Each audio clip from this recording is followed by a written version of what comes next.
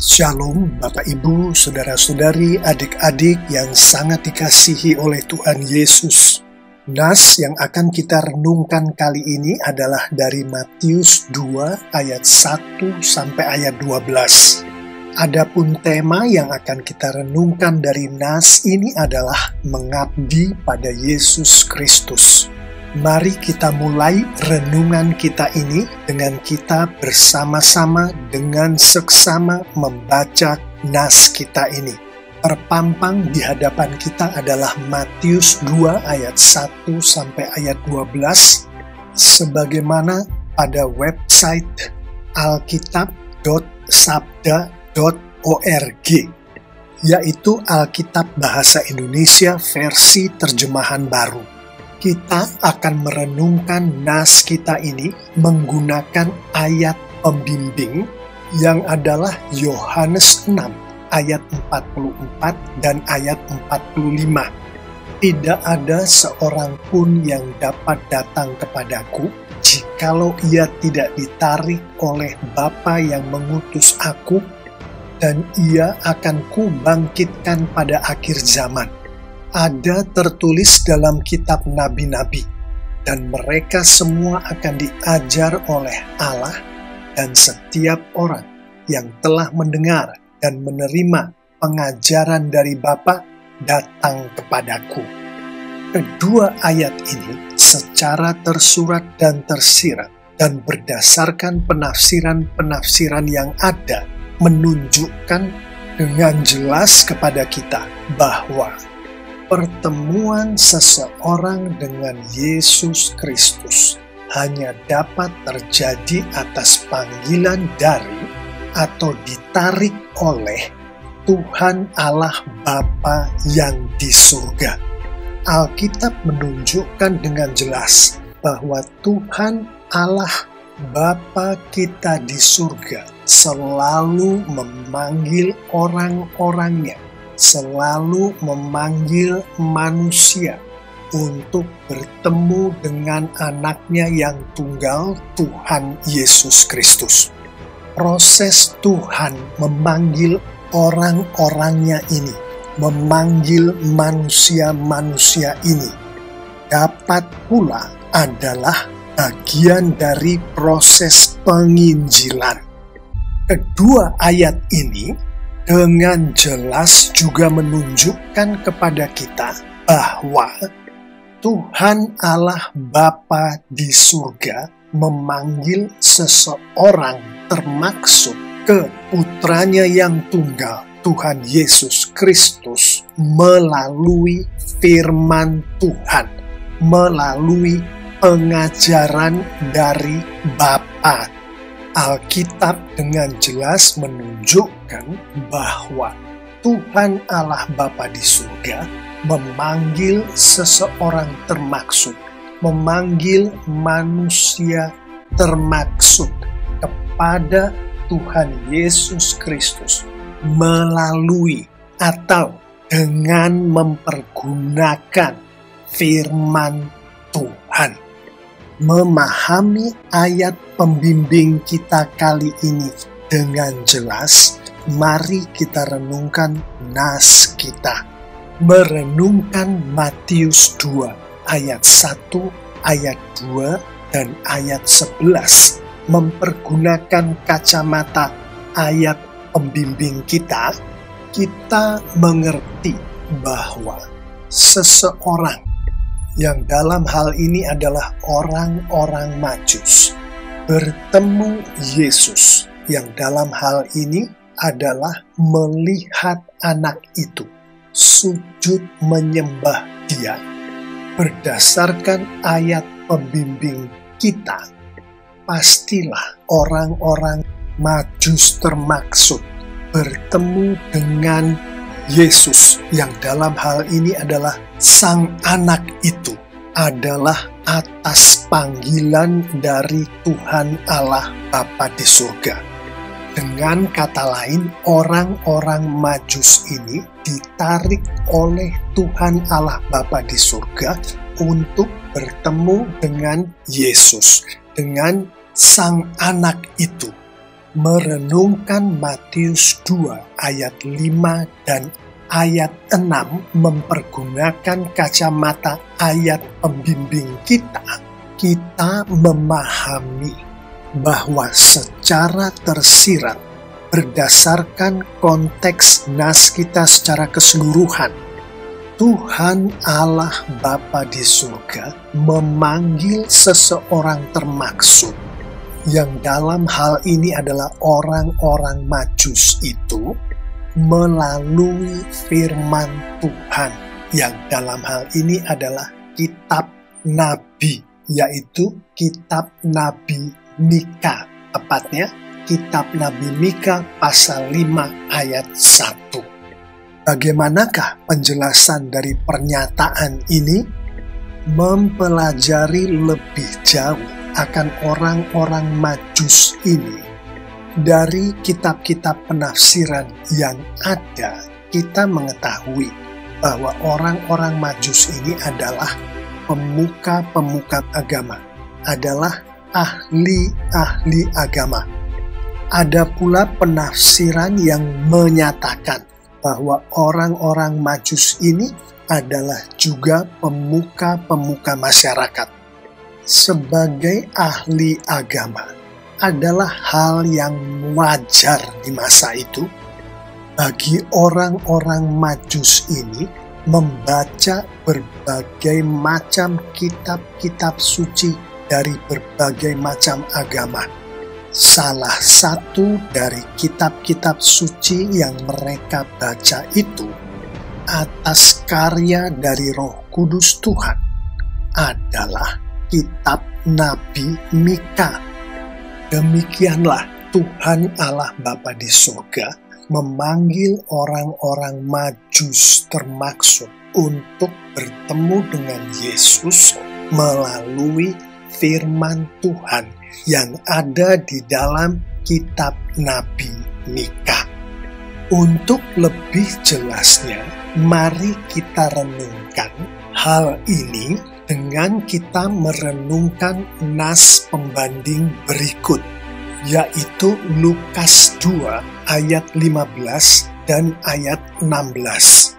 Merenungkan Lukas 2 ayat 15 dan ayat 16 mempergunakan kacamata ayat pembimbing kita mengerti bahwa pertemuan seseorang yang dalam hal ini adalah gembala-gembala dengan Yesus, yang dalam hal ini adalah menjumpai bayi itu, berdasarkan ayat pembimbing kita, pastilah mereka ini, gembala-gembala ini, bertemu dengan Yesus, dengan bayi Yesus, karena gembala-gembala ini dipanggil ditarik oleh Tuhan Allah Bapa di surga ke bayi Yesus itu. Merenungkan Lukas 2 ayat 10, ayat 11, ayat 12 mempergunakan kacamata ayat pembimbing kita memahami bahwa Tuhan Allah Bapa di surga memanggil seseorang, yaitu dalam hal ini gembala-gembala termaksud, melalui firman Tuhan yang dalam hal ini disampaikan oleh Tuhan melalui malaikat Tuhan. Baik nas kita maupun nas pembanding kita, baik di Matius 2 maupun di Lukas 2, merenungkannya mempergunakan kacamata ayat pembimbing kita memahami bahwa pertemuan antara orang-orang Majus di Matius 2, pertemuan antara gembala-gembala di Lukas 2 dengan Yesus, pastilah karena orang-orang ini, baik orang-orang Majus termaksud maupun gembala-gembala termaksud, dipanggil oleh ditarik oleh Tuhan Allah Bapa di surga ke Yesus.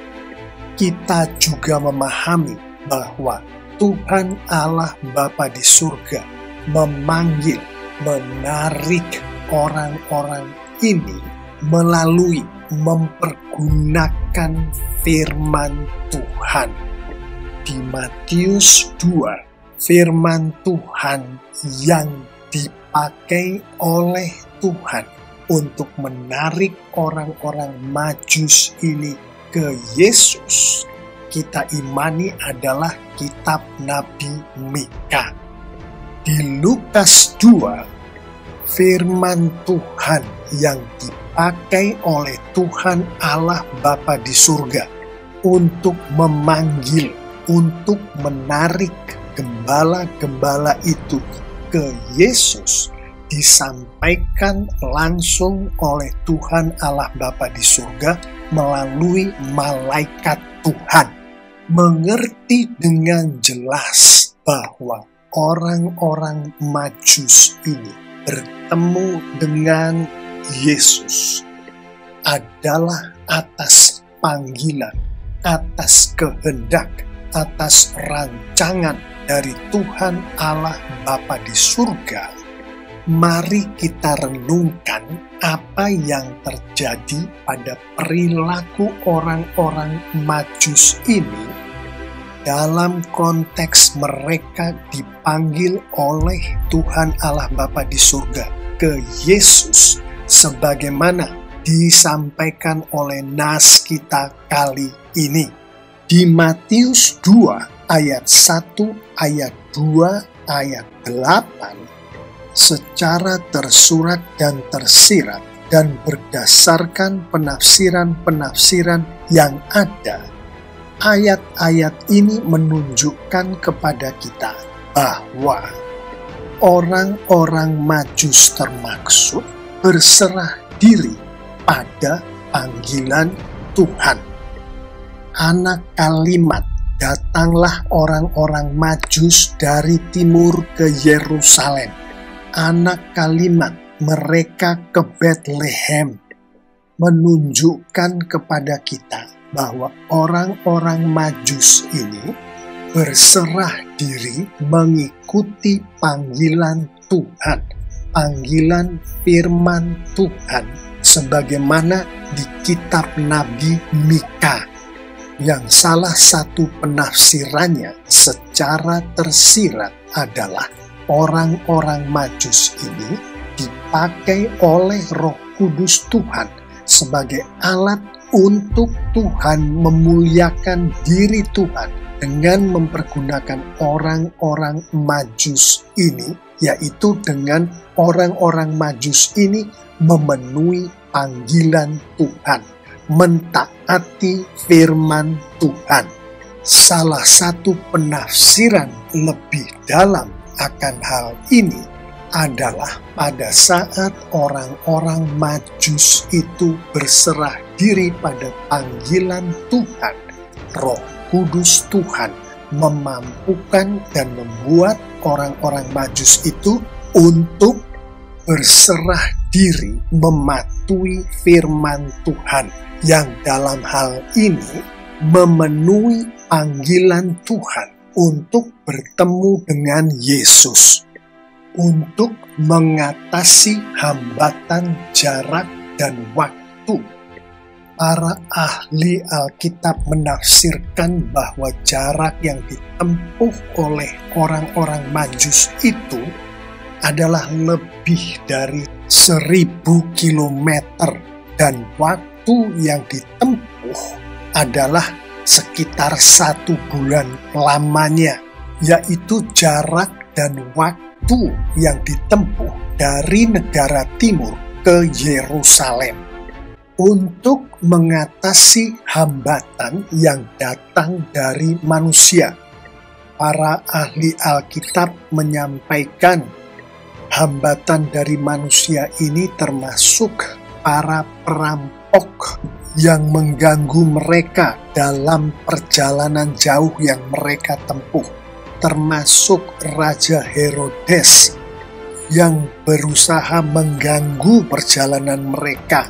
Di Matius 2 ayat 11, secara tersurat dan tersirat dan berdasarkan penafsiran-penafsiran yang ada, ayat firman Tuhan ini menunjukkan kepada kita bahwa orang-orang Majus itu berserah diri dengan mempersembahkan milik terbaik mereka kepada Yesus.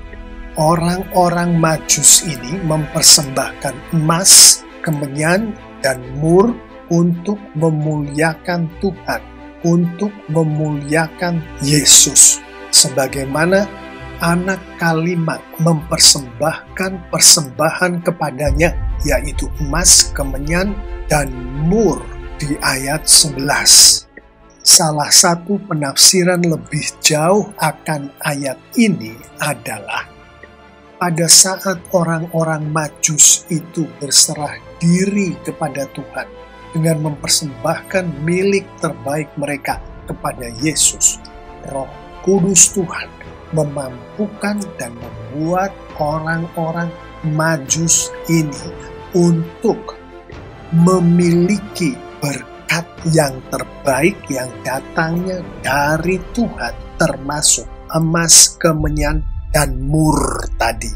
Dan untuk mempersembahkan milik terbaik mereka itu, yang dalam konteks ini diwakili oleh emas, kemenyan, dan mur tadi, kembali kepada Tuhan, yaitu kepada Tuhan Yesus. Di Matius 2 ayat 12, secara tersurat dan tersirat dan dari penafsiran-penafsiran yang ada, ayat firman Tuhan ini menunjukkan kepada kita bahwa orang-orang Majus ini berserah diri untuk dipakai lebih jauh lagi untuk memenuhi rencana Tuhan di dalam Tuhan memuliakan diri Tuhan dengan Tuhan memberkatkan putranya yang tunggal, Yesus, kepada dunia, kepada manusia. Anak kalimat, pulanglah mereka ke negerinya melalui jalan lain, menunjukkan bahwa di dalam ayat ini Tuhan merancangkan untuk melindungi sang anak itu, Yesus itu. Dan Tuhan memakai orang-orang Majus itu sedemikian rupa sehingga sang anak itu, sang Yesus itu terlindungi. Orang-orang Majus itu dipakai oleh Roh Kudus Tuhan sebagai alat untuk memuliakan Tuhan, dengan orang-orang Majus itu dipakai menjadi bagian dari rencana Tuhan oleh Tuhan. Orang-orang Majus itu, pulanglah mereka ke negerinya melalui jalan lain, menunjukkan bahwa orang-orang Majus itu dipakai oleh Roh Kudus Tuhan. Salah satu penafsiran lebih jauh akan ayat ini adalah Roh Kudus Tuhan memampukan dan membuat orang-orang Majus itu untuk sensitif akan rencana Tuhan, untuk melakukan rencana Tuhan itu. Demikianlah Bapak, Ibu, Saudara-saudari, adik-adik yang sangat dikasihi oleh Tuhan Yesus. Renungan kita kali ini akan mengabdi pada Yesus Kristus sebagaimana di nas kita Matius 2 ayat 1 sampai 12. Yang mana mengabdi pada Yesus Kristus di sini adalah termasuk berserah diri pada panggilan Tuhan untuk dipakai oleh Tuhan sebagai alat untuk Tuhan memuliakan diri Tuhan, sebagaimana di dalam firman Tuhan.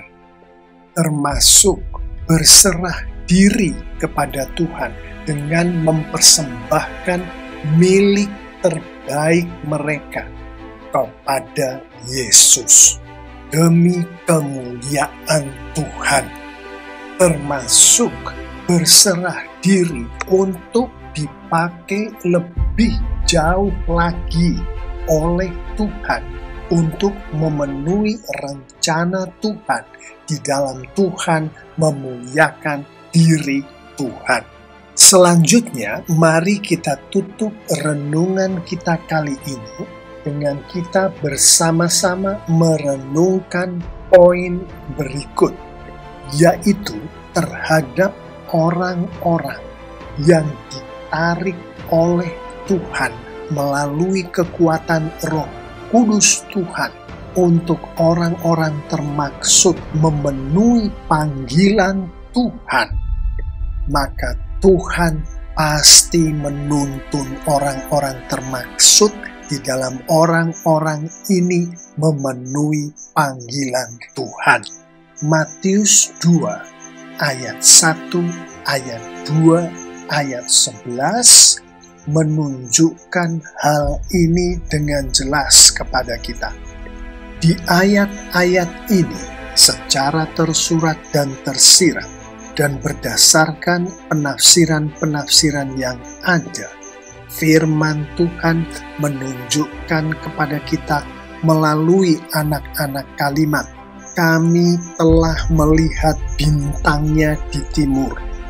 Juga anak kalimat, dan lihatlah bintang yang mereka lihat di timur itu mendahului mereka hingga tiba dan berhenti di atas tempat di mana anak itu berada. Anak-anak kalimat ini menunjukkan kepada kita bahwa secara tersirat Tuhan berkenan menunjukkan kepada kita bahwa pada saat orang-orang Majus itu dibimbing oleh Roh Kudus Tuhan untuk berserah diri pada panggilan Tuhan, untuk mereka dipakai oleh Roh Kudus Tuhan sebagai alat untuk memuliakan Tuhan dengan mereka memenuhi panggilan Tuhan, maka Tuhan menuntun orang-orang Majus itu mempergunakan bintangnya sampai orang-orang Majus itu memenuhi panggilan Tuhan, yaitu mereka bertemu dengan Sang Anak itu, dengan Sang Yesus itu. Demikianlah bagi mereka umat Tuhan, pengikut-pengikut Kristus yang sejati, yang saya imani termasuk kita semua yang sudah lahir baru. Pada saat kita mengabdi pada Yesus Kristus, sebagaimana sudah kita renungkan tadi, maka Tuhan pasti menuntun kita, maka Tuhan pasti menunjukkan jalannya kepada kita. Mengetahui akan semua yang baru saja kita renungkan ini dengan jelas, mari kita akhiri renungan ini dengan kita merenungkan bersama penerapan berikut untuk kita terapkan setiap hari di dalam kehidupan kita sebagai pengikut-pengikut Kristus. Mengetahui bahwa Tuhan Allah Bapa kita di surga memanggil orang-orangnya, untuk orang-orangnya itu dipakai oleh Roh Kudus Tuhan, untuk orang-orangnya itu yang termasuk kita semua memuliakan Tuhan, dan mengetahui bahwa Tuhan memanggil orang-orangnya itu melalui firman Tuhan, yang mana memuliakan Tuhan dengan bertemu dengan Yesus itu di hari-hari ini ditafsirkan sebagai memiliki hubungan pribadi yang baik, yang erat, yang intim dengan Tuhan Yesus Kristus. Maka bagi kita semua, berdoalah dengan khusyuk setiap hari, memohon kepada Tuhan agar Roh Kudus Tuhan memampukan dan membuat kita semua orang-orangnya Tuhan yang sudah lahir baru, pengikut-pengikut Kristus yang sejati, yang sedang dipanggil oleh Tuhan untuk bertemu dengan Yesus, untuk memiliki hubungan pribadi yang intim dengan Yesus, melakukan, menggumuli firman Tuhan setiap hari, sehingga kita atas urapan dari Roh Kudus menjadi sensitif akan panggilan Tuhan dalam hidup kita hari lepas hari. Melakukan kita atas urapan dari Roh Kudus Tuhan, mentaati firman Tuhan hari lepas hari. Melakukan kita atas urapan dan bimbingan dari Roh Kudus, berserah diri pada panggilan Tuhan dalam hidup kita. Perwujudan dari penerapan renungan firman Tuhan kali ini termasuk kita semua atas urapan dari Roh Kudus, membaca firman Tuhan, membaca Alkitab setiap hari dengan konsisten, mengerti akan firman Tuhan yang kita baca itu, dan melakukan firman Tuhan yang sudah kita baca dan kita mengerti itu setiap hari dengan konsisten di dalam kehidupan kita. Termasuk atas urapan dari Roh Kudus, kita mentaati perintah-perintah Tuhan dan menjauhi larangan-larangan Tuhan sebagaimana yang Tuhan firmankan melalui Alkitab setiap hari dengan konsisten, dan mengetahui bahwa Tuhan pasti menuntun orang-orangnya, pasti menuntun kita yang sudah dipanggil oleh Tuhan untuk menjadi alat Tuhan. Maka pada saat kita belum berhasil menghidupi kedua poin di atas, maka atas urapan dari Roh Kudus Tuhan, kita dengan tidak jemu-jemunya terus berdoa dan terus mengulang dan mengulang dan mengulang kedua poin di atas. Demikianlah Bapak Ibu, Saudara-saudari, adik-adik yang sangat dicintai oleh Tuhan Yesus, renungan kita kali ini. Saya mengimani jika kita semua menghidupi, melakukan firman Tuhan ini lengkap dengan penerapan-penerapannya, maka Tuhan kita semakin dimuliakan dengan luar biasa. Amin.